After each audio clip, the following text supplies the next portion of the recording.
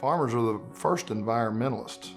You know, we care more about the land than most anybody else, because if we don't have the land, we're done. It's a rarity nowadays for people to know where their food comes from. 40 years ago, 50–75% of the people knew a farmer. Now I'd say, you know, only 2% of the population's a farmer. It's really a tragedy because there's such a good story to be told in the dairy industry. We've taken an industry that back in the 50s, we had 50 million dairy cattle in the United States. And today we're producing more milk with 9.5 million cows. Back in that day, a lot of people grazed cattle and had cattle walking in the streams, and I'd say pollution levels were a lot higher then.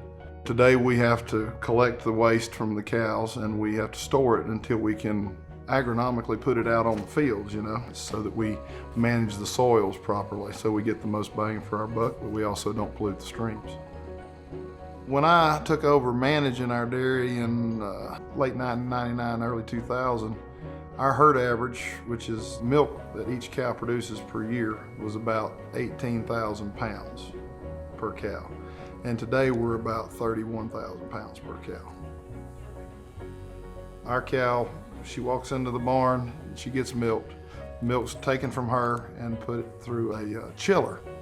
And that milk's taken from body temperature of a cow, which is about 102.5, and dropped to 35 degrees and put straight onto a tractor trailer. And it goes straight to the plant the next day. So most of the milk that's sitting on your store shelves is probably less than 48 hours old. And that's a pretty good testament to how efficient we are, so those products can get to the store shelf quickly. Up until this year, we've always sold our corn that we have for grain, but this year we've put in some storage system and a grinder, so we're going to start grinding our own feed. It saves us a significant amount of money, and it helps us not have to truck product off the farm and truck it back, so it saves us some fuel costs and other things. The cows and the employees I have, I treasure every one. They help me be able to pay my bills and do what I do, and I don't ever want to take that for granted, but my family, the most important thing in this world. I would like to see this business carry on to my children if they choose to do this. The way that it's moving, I think they'll have more opportunities than I've had. We keep learning how to better feed cattle, how to get more production. I want to give them every opportunity to do better than I've done.